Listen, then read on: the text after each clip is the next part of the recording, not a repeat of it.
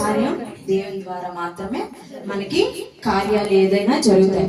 అయితే మన చెవులకు వినబడుతుంటాయి, ఎందుకంటే ప్రపంచ వ్యాప్తంగా జరుగుతున్నటువంటి ఏకైక పండుగ క్రిస్మస్ మాత్రమే. ఆఖరికి క్రీస్తు విరోధ దేశాలలో కూడా పిలువబడినటువంటి చైనాలోను, రష్యాలోను, పాకిస్తాన్లోను కూడా ఈ డిసెంబర్ నెలలో క్రిస్మస్ పండుగలు జరుపుకుంటారు.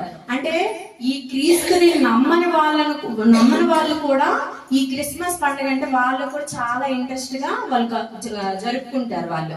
కానీ దేవుని గురించి వాళ్ళకి తెలిసినప్పటికీ తెలియనప్పటికీ యేసుక్రీస్తు అంటే వాళ్ళందరికీ ఒక గౌరవం, ఒక రెస్పెక్ట్ తో వాళ్ళందరూ కూడా ఈ క్రిస్మస్ అనేది జరుపుకుంటారు. ఈ క్రిస్మస్ సందడి నవంబర్ లో ప్రారంభం అవుతుంది, జనవరి వరకు కొనసాగుతుంది, ఇంకా కొన్ని చోట్ల అయితే ఎక్కువ నెలలోనే కొనసాగుతుంది. క్రిస్మస్ పండుగకి అసలు పేరు పెట్టాలి అనుకుంటే నేనైతే ఏం నేను రాసుకున్నాను, ఆరాధన మహోత్సవం అని పెట్టాలి మనం.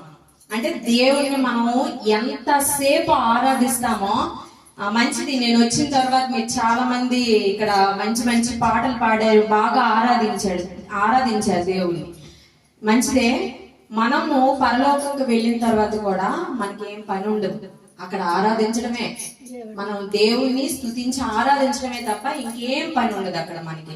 సో అందరూ కూడా ఎక్కువ దేవుళ్ళు మీ పాస్టర్ గారు నడిపిస్తున్నారు మీరు ఆరాధించాలని. సో మీరు కొంతమంది లేవని ఎప్పుడు కూడా తను సీరియస్ అయిపోతున్నారు పాపం. సో అందరూ ఇంట్రెస్టెడ్ గా ఇంట్లో మంచిగా సాంగ్స్ అన్ని ప్రిపేర్ అయ్యి యూత్ కూడా మంచిగా పాడుతున్నారు. God bless you. అందరూ ఆరాధించాలి, ఎక్కువ సమయం దేవునితో ఆరాధించాలన్నమాట. అయితే ఈ క్రిస్మస్ అనేటువంటి మాటల్లోని కొంతమంది రాసుకోండి, కొన్ని నేను చెప్తాను.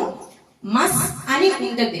మస్ అంటే ఆరాధనే, క్రిస్మస్ అంటే క్రీస్తు ఆరాధన, క్రీస్తుకి ఆరాధించుట అని చెప్పుకోవచ్చు అనమాట.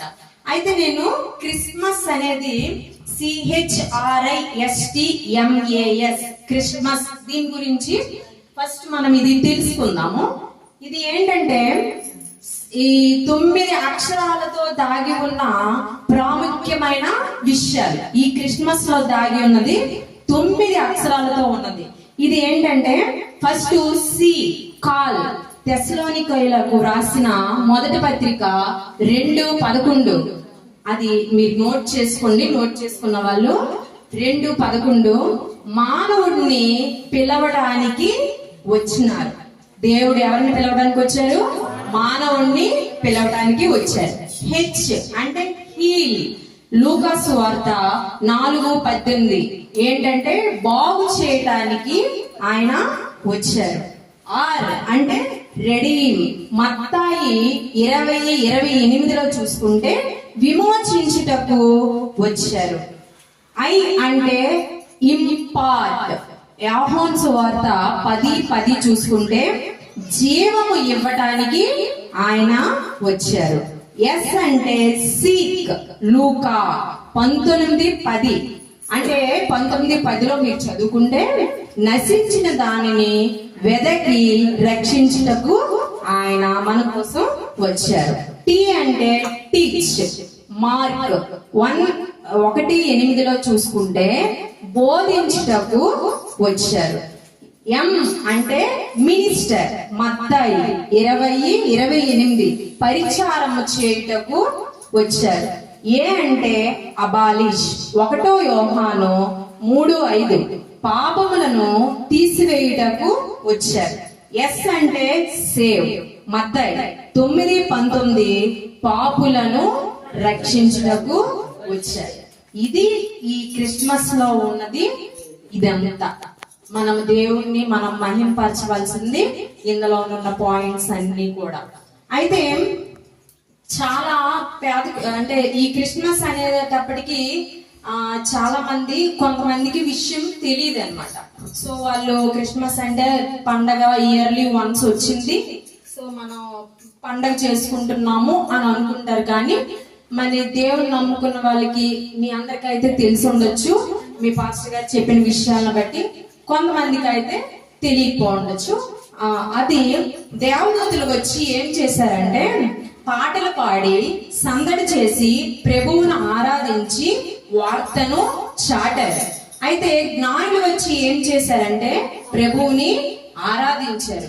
గొర్రెలు కాపరులు వచ్చి ఏం చేశారంటే వారు కూడా ప్రభువుని ఆరాధించారు. యేసు ప్రభువు వారు పుట్టిన విధానాన్ని పురస్కరించుకొని మనం జరుపుకునేటువంటి పండుగ ఆరాధన మహోత్సవం. అసలు ఈ క్రిస్మస్ లో ఉన్న ప్రత్యేకత ఏమిటంటే ఈ క్రిస్మస్ దినము మనకు నేర్పుతున్న దివ్యమైన పాఠం ఏమిటంటే దేవుని వాక్యాన్ని మనం ఇప్పుడు ధ్యానం చేసుకుందాం. మత్తయి సువార్త 2వ అధ్యాయము 10-11. మత్తయి సువార్త 2